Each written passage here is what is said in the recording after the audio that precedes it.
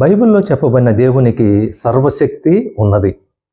ఒక యూజ్లెస్ పర్సన్ని యూజ్ఫుల్ పర్సన్గా మార్చగలిగిన గొప్ప శక్తి ఆయనకున్నది.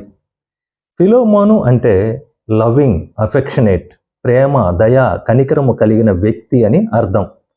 తన పేరుకు తగిన రీతిగా తన జీవితం ఉన్నది. ఆయన దగ్గర బానిసగా ఉన్నటువంటి ఒనేసిము అనేటువంటి అతని పేరు యొక్క అర్థం ఏమిటి అంటే యూజ్ఫుల్ అని, ప్రయోజనకరమైన వ్యక్తి అని. కానీ రక్షింపబడక ముందు తన పేరుకు తగినటువంటి జీవితం ఆయనకు లేదు. అపొస్తలుడైన పౌలు గారి ద్వారా సువార్తను విని రక్షింపబడిన తర్వాత యూజ్ఫుల్ పర్సన్గా మారారు. అక్కడ బానిసగా ఉన్నటువంటి వ్యక్తి యజమానుడికి సహోదరుడిగా మారారు, దేవునికి దాసునిగా మారాడు.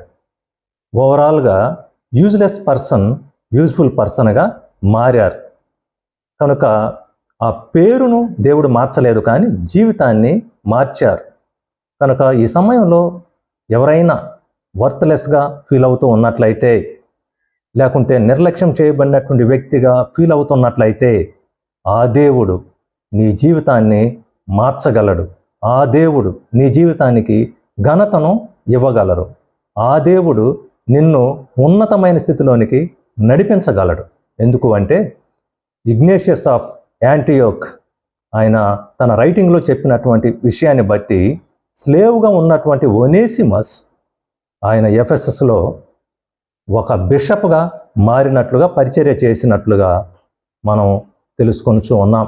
కనుక ఒనేసిము అనేటువంటి వ్యక్తి బానిసగా ఉండి బిషప్గా మార్చబడ్డాడు అంటే అది దేవుని యొక్క కృప వలన సాధ్యమై ఉన్నది. కనుక ఆ దేవుడు ఏమైనా చేయగలరు, ఎటువంటి కార్యాన్నైనా జరిగించగలరు, మేలు చేయగలిగిన దేవుడు.